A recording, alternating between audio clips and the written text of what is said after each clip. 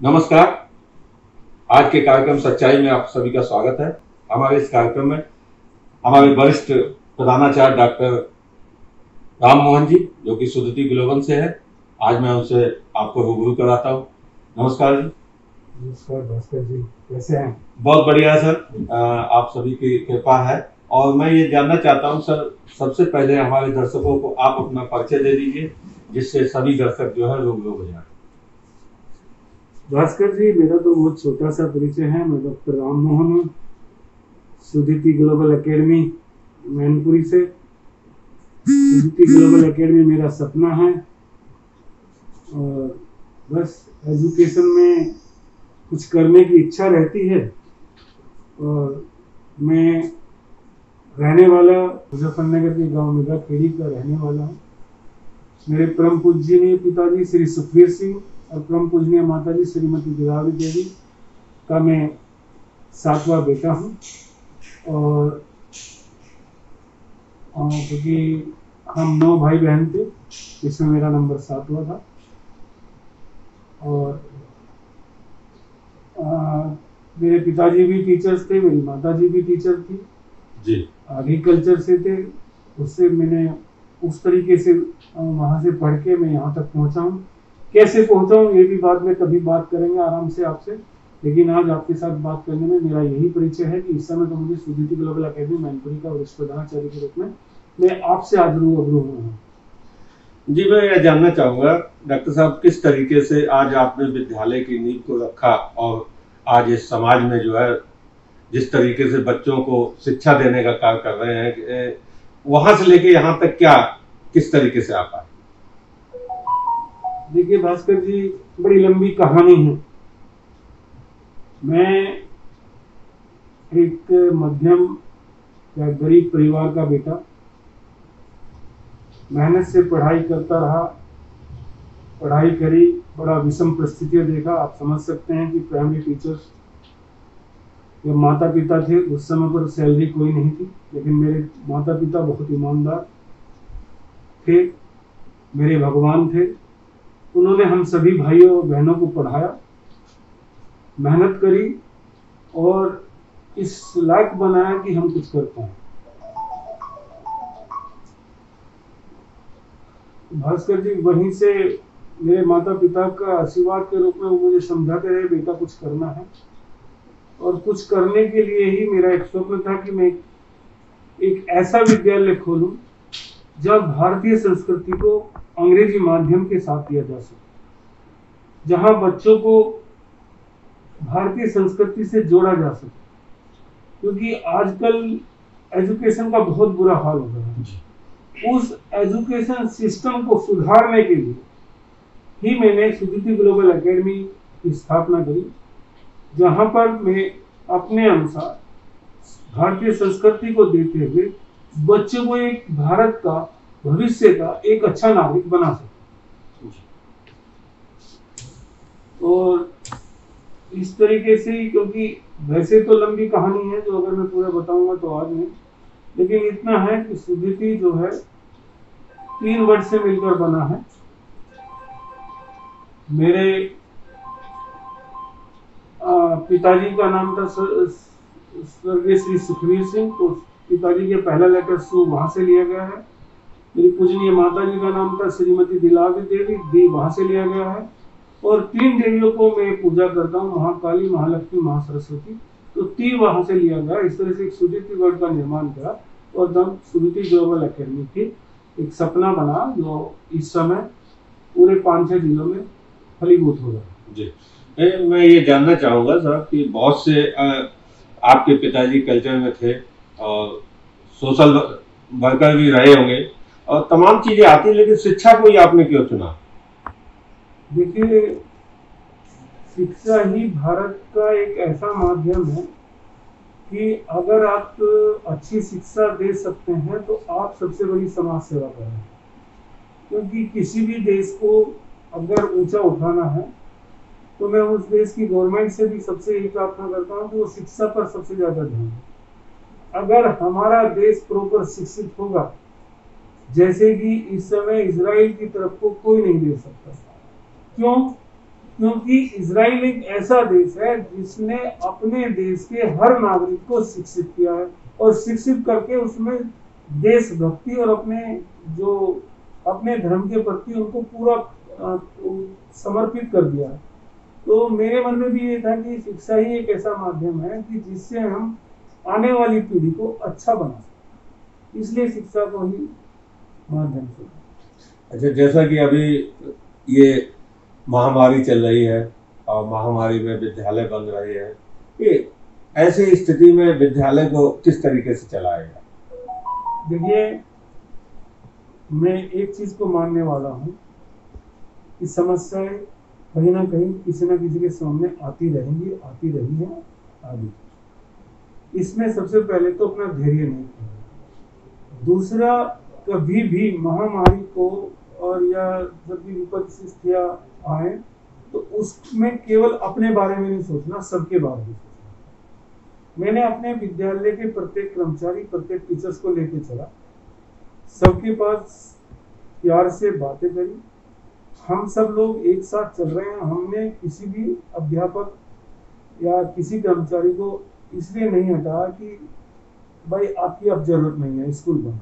हमने कहा सब धीरे धीरे थोड़ा थोड़ा सब लोग लेंगे, काम करेंगे, मेहनत करेंगे। और हम ऐसे पहले विद्यालय थे कि जैसे ही पिछले साल लॉकडाउन हुआ था, हमने सबसे पहले ऑनलाइन क्लासेस प्रारंभ करी। हमने बच्चों से, हमारे टीचर्स ने बच्चों के पेरेंट्स से बात करी, सब कुछ करा और हमने एक कोशिश करी कि हम ऑनलाइन क्लास को प्रॉपर चलाते हैं। ऑनलाइन क्लास हमारी प्रॉपर इसीलिए चल पा रही है क्योंकि हमारा हर प्रत्येक टीचर हमसे जुड़ा है। अपने अपने घर पे रह के टीचर्स काम कर रहे हैं, लेकिन they all are doing the work. वो पूरा ड्यूटी को पूरा इस तरह से मानते हैं कि जैसे वो स्कूल में ही रह के पढ़ा रहे हैं।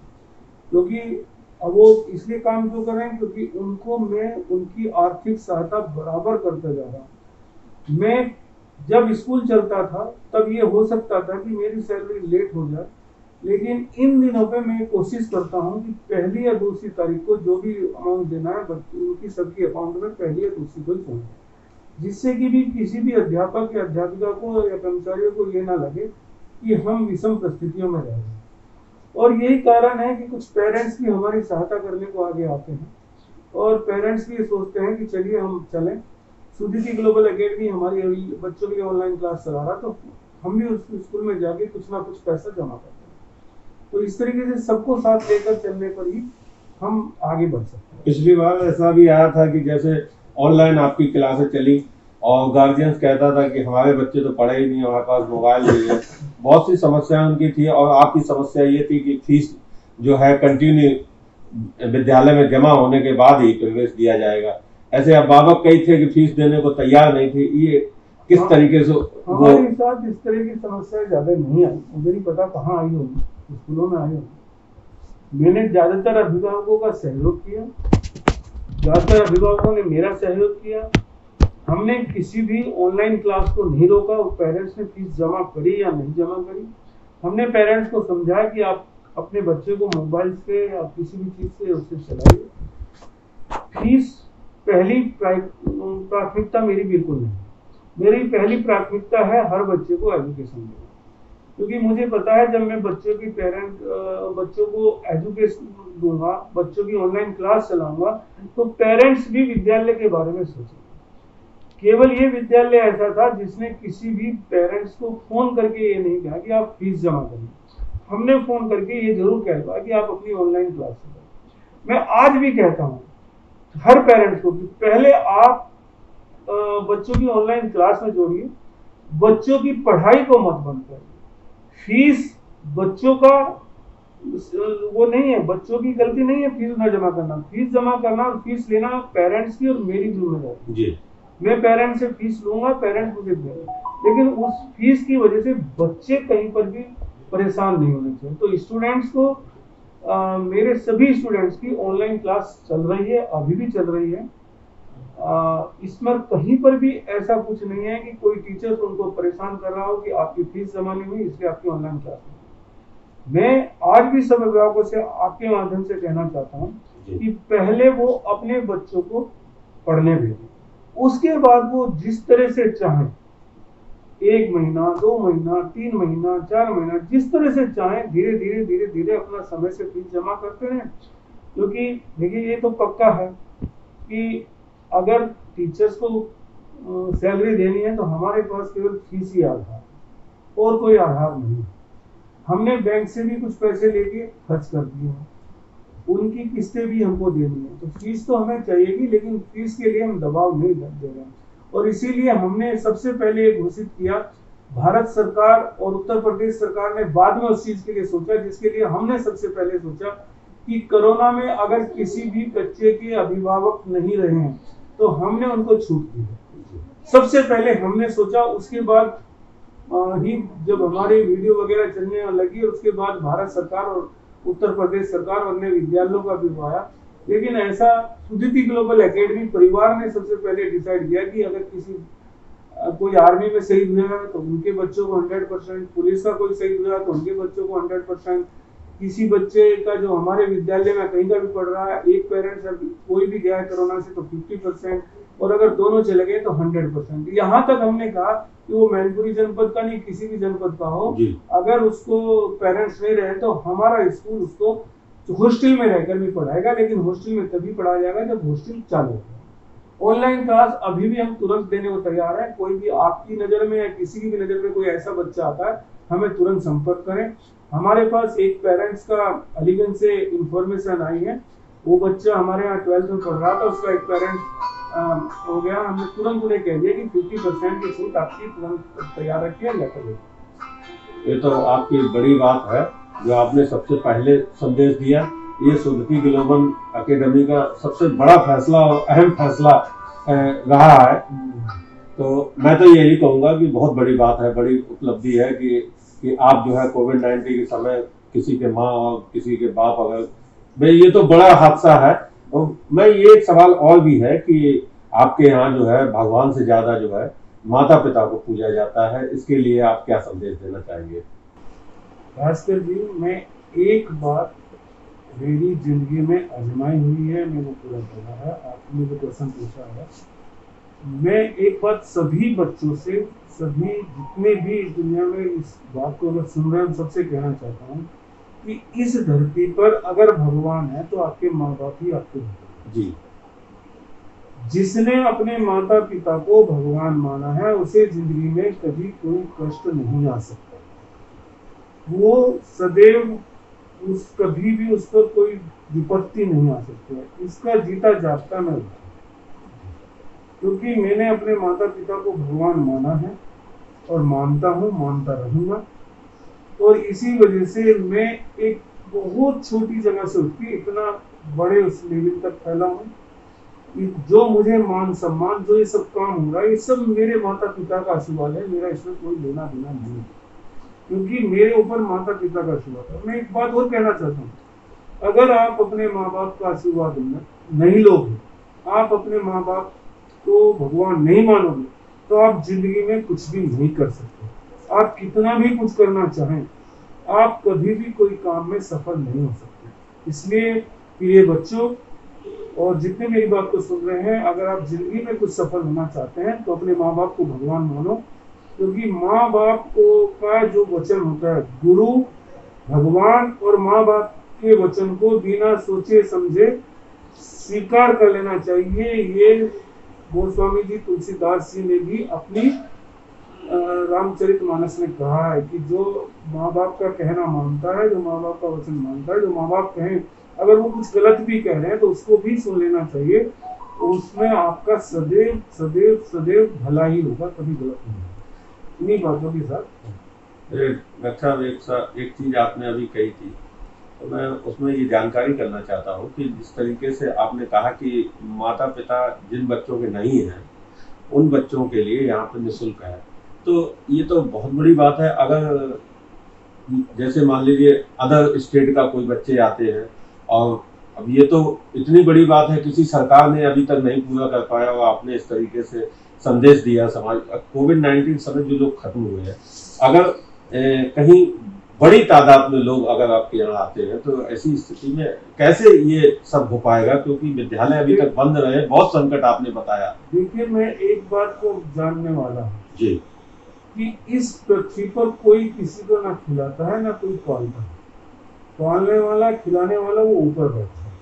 अगर मैंने ये बोला है तो उसमें कहीं ना कहीं उसका हाथ है, मेरा हाथ नहीं। जो ऊपर भगवान है, जिसको वो भेजेगा उसके पालने के लिए कुछ ना कुछ इंतजाम भी करके भेजेगा। और मुझे विश्वास है कि मैं अगर एक बच्चे को पालूंगा तो मुझे उससे एक के बदले 10 की का कहीं ना कहीं से कुछ ना कुछ अरेंजमेंट भगवान करेगा। तो अगर मेरे पास 100 आएंगे तो 100 उतने का वो करेगा, तो मैं तैयार हूँ। इसमें मुझे कहीं पर भी कोई धोखा नहीं, क्योंकि मैं एक ही चीज को जानता हूँ कि ना कोई किसी को खिला सकता है, ना कोई किसी को पाल सकता है। ये सब करने वाला भगवान है। हम तो केवल बोलने वाले हैं।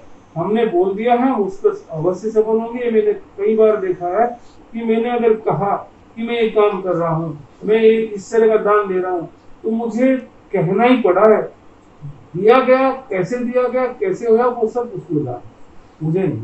बहुत बड़ी बात है ये, आपने जो निर्णय लिया है ये एक बड़ा संकल्प है, लेकिन हर व्यक्ति इस तरीके से संकल्प नहीं ले सकता। आपसे बड़े बड़े विद्यालय पढ़े, आज तक उन्होंने इस तरीके का कोई भी बात नहीं कहा, लेकिन आपने जो ये बेसहारा बच्चों के लिए जो सोचा है, वाकई में सही बात है कि कोई पालन पोषण नहीं, वो ऊपर वाला ही करता है। ये आपकी बड़ी बात है। तो मैं एक अंतिम बात ये पूछना चाहता हूँ कि अब हमारे ये जो शिक्षा सदन है, आपका जो मंदिर है, कहे तो ये मंदिर ही है जिसे आपने बना के तैयार कर दिया है, और यहाँ पर जो भगवान है, आपके माता पिता, इन्होंने पूरी तरीके से आपको आशीर्वाद दे रखा है। मैं ये जानना चाहता हूँ कि अब जो हमारे जो बच्चे हैं यहाँ से या इससे जुड़े हुए लोग, आपके अभाव को, इस कोविड-19 महामारी के बाद एक ब्लैक फंगस भी आ गया, एक व्हाइट फंगस भी आ गया, और भी बढ़ रही है समस्याएं और क्रिएट हो रही है, तो इसमें आप जो है लोगों को क्या संदेश देना चाहेंगे? मैं सबसे एक हाथ जोड़कर निवेदन करना चाहता हूँ जी। ये महामारी से बचने का ही सबसे बड़ा उपाय है। ये महामारी ऐसी है कि जैसे अब हम लोग लॉकडाउन खुल रहा है तो फिर मार्केट की तरफ बढ़ रहे हैं। इसी तरह से कोरोना भी हमारा इंतजार कर रहा है कि मुझे मिले और हम उन पर। तो एक तो सब मास्क लगाएं, अच्छा तरह से मास्क पहने। दूसरे, किसी भी कंडीशन में डिस्टेंस मेंटेन रखें, पास ना बैठे, हाथ ना मिलाएं, गले ना मिले, डिस्टेंस रखते हुए कहीं बाहर का ना खाएं, और अपनी सावधानी अपने आप, क्योंकि अगर आपका जीवन है तो आप कुछ भी कर सकते हैं। अगर आपके पास जीवन ही नहीं तो आप कुछ नहीं कर सकते। जितनी भी डेथ हुई है वो सब उन्हीं की ज्यादा हुई है जिन्होंने ये सोच लिया था कि मुझे हो ही नहीं सकता, मुझे कुछ नहीं हो सकता, मुझे कोरोना नहीं हो सकता। तो इसलिए कोरोना से बचें, क्योंकि मैंने इस दर्द को झेला है, तो मुझे पता है कि कोरोना बहुत बुरी बीमारी है। तो मैं सबसे हाथ जोड़ के निवेदन करता हूँ कि जो हमारी भारतीय सरकार, उत्तर प्रदेश सरकार ने जो भी नियम बनाए हैं कोरोना महामारी से बचने के लिए, उन नियमों का पालन करें। अपने हाथों को अच्छी तरह से साबुन से धोएं, मास्क पहने और सोशल डिस्टेंसिंग बना के रखें। अगर आपको कहीं मार्केट या कहीं जाना है तो वहां पर भी आप अपने आप को बचाएं, जिससे कि आपको भी कुछ नहीं होगा और दूसरों को भी कुछ नहीं होगा।